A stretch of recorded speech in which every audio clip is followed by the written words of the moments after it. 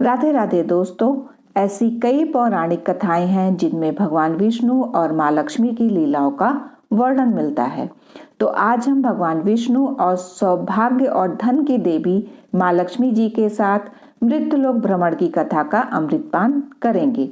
परमेश्वर के तीन मुख्य स्वरूपों में से एक भगवान विष्णु जी का नाम स्वयं ही धन की देवी माँ लक्ष्मी जी के साथ लिया जाता है। शास्त्रों में कथाओं के अनुसार माँ लक्ष्मी जी हिंदू धर्म में धन, संपदा, शांति, सौभाग्य और समृद्धि की देवी मानी गई हैं।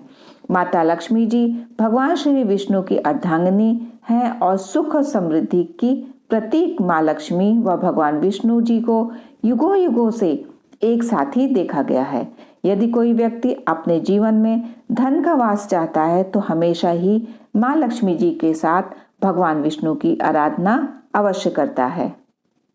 परंतु ऐसा क्या हुआ था जो लक्ष्मी जी के कारण भगवान विष्णु की आंखें भर आई थीं? एक कथा के अनुसार लक्ष्मी जी की किस बात से विष्णु जी इतने निराश हो गए थे?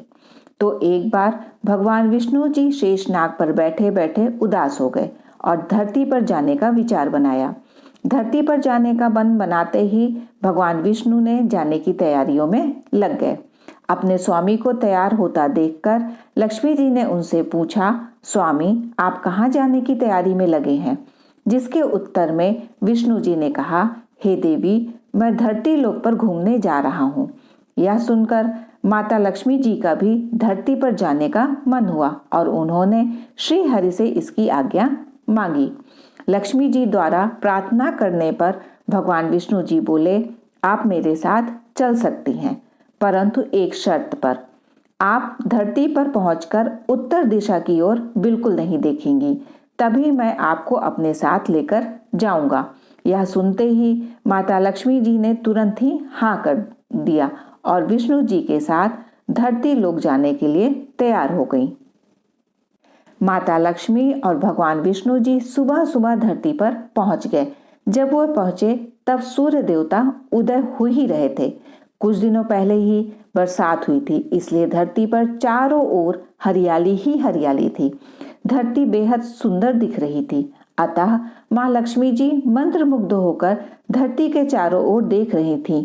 माँ लक्ष्मी जी भूल गईं कि पति को क्या वचन देकर साथ आई हैं। अपनी नजर घुमाते हुए उन्होंने कब उत्तर दिशा की ओर देखा, उन्हें पता ही नहीं चला। मन ही मन में मुग्ध माता लक्ष्मी ने जब उत्तर दिशा की ओर देखा तो उन्हें एक सुंदर बगीचा नजर आया। उस ओर से भीनी भीनी खुशबू आ रही थी। बगीचे में बहुत ही सुंदर सुंदर फूल खिले थे। फूलों को देखते ही माँ लक्ष्मी बिना सोचे समझे उस खेत में चली गईं और एक सुंदर सा फूल तोड़ लाई। फूल तोड़ने के पश्चात जैसे ही माँ लक्ष्मी जी भगवान विष्णु के पास वापस लौट कर आई, तब भगवान विष्णु जी ने आंखों में आंसू थे। माँ लक्ष्मी जी के हाथ में फूल देकर भगवान विष्णु बोले, कभी भी किसी से बिना पूछे उसका कुछ भी नहीं लेना चाहिए। और साथ ही माँ लक्ष्मी जी को विष्णु जी को दिया हुआ वचन भी याद दिलाया। और फिर भगवान विष्णु जी ने दी माँ लक्ष्मी जी को सजा। माँ लक्ष्मी जी को अपनी भूल का जब आभास हुआ तो उन्होंने भगवान विष्णु जी से इस भूल की क्षमा मांगी। विष्णु जी ने कहा कि आपने जो भूल की है उसकी सजा तो आपको अवश्य मिलेगी। जिस माली के खेत से आपने बिना पूछे फूल तोड़ा है, यह एक प्रकार की चोरी है। इसलिए आप 3 वर्षों तक माली के घर नौकर बनकर रहेंगी। उसके बाद मैं आपको बैकुंठ में वापस बुला लूंगा। भगवान विष्णु जी का आदेश माता लक्ष्मी जी ने चुपचाप सिर झुकाकर मान लिया। जिसके बाद माँ लक्ष्मी जी ने एक गरीब औरत का रूप धारण किया और उस खेत के मालिक के घर गई। माधव नाम के उस माली का एक झोपड़ा था, जहां माधव पत्नी, 2 बेटे और 3 बेटियों के साथ रहता था।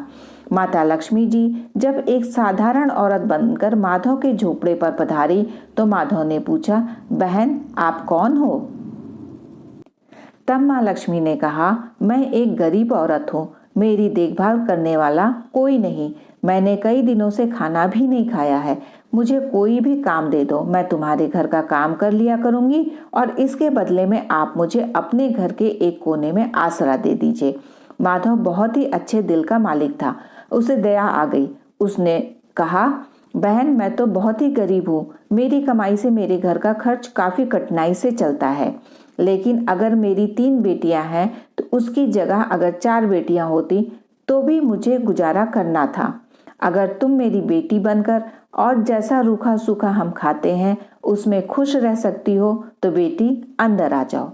माधव ने माँ लक्ष्मी जी को अपने झोपड़े में शरण दी और माँ लक्ष्मी जी 3 साल तक उस माधव के घर पर नौकरानी बनकर रही। कथा के अनुसार कहा जाता है कि जिस दिन माँ लक्ष्मी जी माधव के घर आई थी उसके दूसरे दिन ही माधव को फूलों से इतनी आमदनी हुई कि शाम को उसने एक गाय खरीद ली। फिर धीरे धीरे माधव ने जमीन खरीद ली और सबने अच्छे अच्छे कपड़े भी बनवा लिए। कुछ समय बाद माधव ने एक बड़ा पक्का घर भी बनवा लिया। माधव हमेशा सोचता था कि मुझे यह सब इस महिला के आने के बाद मिला है, तो इस बेटी के रूप में मेरी किस्मत आ गई है। एक दिन माधव जब अपने खेतों से काम खत्म करके घर आया तो उसने अपने घर के द्वार पर गहनों से लदी हुई एक देवी स्वरूप औरत को देखा। जब निकट गया तो उसे आभास हुआ कि यह तो मेरी मुंहबोली चौथी बेटी यानी वही औरत है। कुछ समय के बाद वह समझ गया कि यह देवी कोई और नहीं बल्कि स्वयं माँ लक्ष्मी जी है। यह जानकर माधव बोला, हे माँ, हमें क्षमा करें, हमने आपसे अनजाने में ही घर और खेत में काम करवाया। हे माँ, यह हमसे कैसा अपराध हो गया। हे माँ, हम सबको माफ कर दें। यह सुनकर माँ लक्ष्मी जी मुस्कुराईं और बोली, हे माधव, तुम बहुत ही अच्छे और दयालु व्यक्ति हो। तुमने मुझे अपनी बेटी की तरह रखा, अपने परिवार का सदस्य बनाया। इसके बदले में तुम्हें वरदान देती हूँ कि तुम्हारे पास कभी भी खुशियों की और धन की कमी नहीं रहेगी। तुम्हें सारे सुख मिलेंगे जिसके तुम हकदार हो। इसके पश्चात माँ लक्ष्मी जी अपने स्वामी श्री हरि के द्वारा भेजे रथ में बैठकर बैकुंठ चली गई। हे माँ, मेरी नम्र विनती है कि जैसे आप माधव पर कृपा दृष्टि रखी वैसी ही कृपा दृष्टि हमारे समाज और हमारे देश पर रखना और इस कथा को सुनने वाले सभी साधकों पर भी रखना। जय माँ लक्ष्मी, जय श्रीमन नारायण। राधे राधे दोस्तों।